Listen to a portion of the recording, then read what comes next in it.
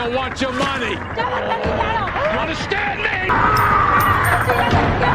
Take your family apart piece by piece. You understand me? Piece by piece. Shut up! Understand me? Well, I want you. Today I'm going to show you a crime thriller film titled Man on Fire. Be ready for spoilers ahead. The movie begins in Mexico City, an unforgiving and godless place where kidnappings occur every hour. With cartels and kidnappers ruling the streets, wealthy people are constantly at risk of abduction. To protect themselves, they hire bodyguards and get ransom insurance policies. John Creasy, an ex-CIA operative and expert assassin, is traveling to Mexico City to meet his old military friend Rayburn. Rayburn runs a security team that escorts people around, and he's enjoying life in Mexico with his wife. But Creasy's not doing so well. He seems worn out and drinks too much, unable to let go of the guilt from his troubled past. When Rayburn finds out Creasy has been out of work for a while, he sees a chance to help him. His friend Ramos, who owns a struggling auto manufacturing plant, asked him to find a reliable bodyguard for his daughter. Creasy is surprisingly hesitant to accept the job, offering numerous reasons for his refusal. He believes he's not a people person, and his drinking problem doesn't help either. However, after all the talking, Rayburn somehow convinces Creasy to accept the job. Jordan Kalfas, Ramos' lawyer, skillfully persuades Ramos that hiring a bodyguard for his daughter is crucial to renew their ransom insurance coverage. Ransom insurance is popular among the rich in cases of kidnapping. But for it to be valid, they must have a bodyguard. Ramos then starts interviewing Creasy and is impressed by his background, 6 years of military service and extensive experience in counterterrorism. Despite Creasy's drinking issues, Ramos decides to give him a chance but warns him to keep it low-key, especially around his wife. When they get to Ramos's fancy mansion, Lisa, his stunning American wife, doesn't even bother looking at Creasy's resume once she learns he's also American. Lisa's quick trust in Creasy is evident when she asks Peta to guide him to his room. Even though Creasy remains poker-faced as she gives him a tour, Peta is a real people person as she tries to be friendly and get to know him. Later on, Peta gets even more fond of Creasy, telling her mom he looks like a big sad bear. She names her bear Creasy.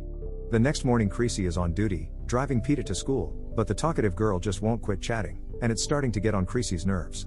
When they arrive at school, Peta introduces Creasy to Sister Anna, the headmistress. When Creasy gets back home, he gets a surprise visit from Lisa making him put the drink away. When she asks how everything's going with Peta, Creasy explains that he's nothing more than a bodyguard and certainly not Peta's friend. The problem lies in the fact that Peta is outgoing while Creasy is not. One fateful evening, after a series of dark and unsettling moments, Creasy reaches his breaking point. He grabs his gun, points it at his head, and pulls the trigger, and to his surprise, the gun doesn't go off. When he discusses it with Rayburn later, they come up with all sorts of reasons for the misfire, but ultimately attribute it to fate, and as a result, Creasy decides to keep the bullet that saved his life. On his second day of work, Creasy notices a suspicious car tailing him. He quickly borrows a pencil to write down the license plate number, but he abruptly stops his car to prevent an accident, and the car drives off. Despite Creasy's failed attempt, Peta manages to do what he couldn't. A few days later, we can see Creasy lending a helping hand to Peta in her swimming training. It appears that Creasy has embraced caring for Peta as his purpose, providing him with the motivation to persevere after his failed suicide attempt. He goes on to advise her on how to win the upcoming swimming match. He tells her not to be afraid of the starting gunshot.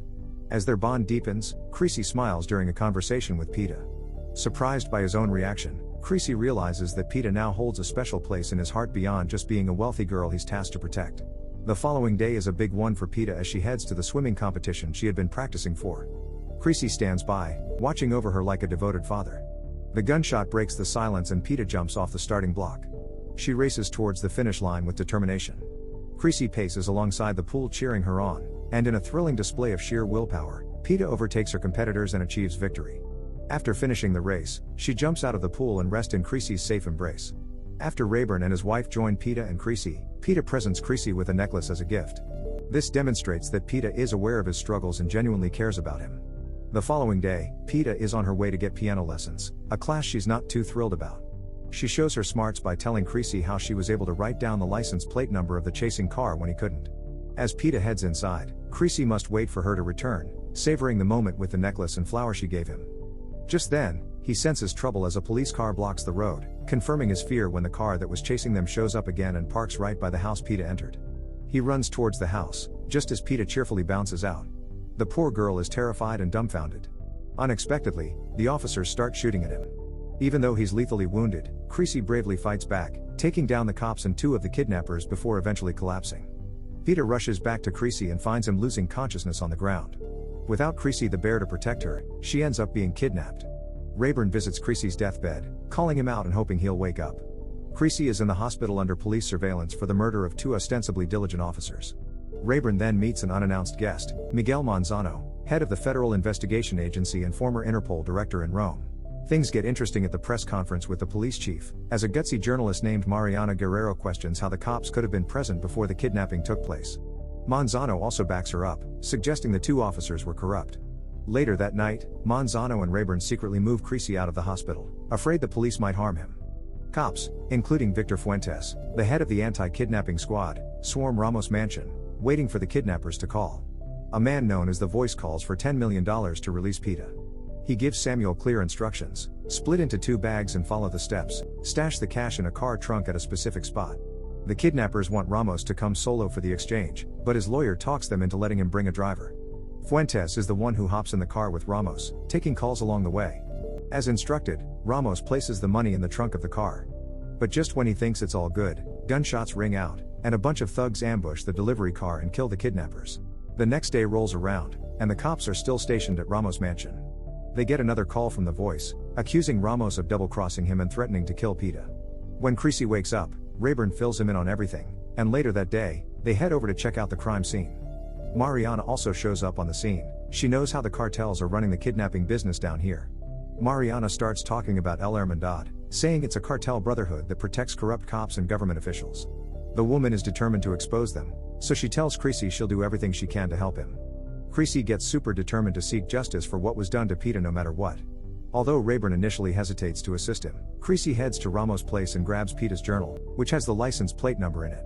He makes a serious promise to Lisa, swearing to take revenge on those responsible for the kidnapping. He equips himself with numerous guns and even obtains a rocket launcher. He calls Mariana to dig up information on the license plate number Pita noted down. Mariana asks her friend with benefits, Manzano, to assist.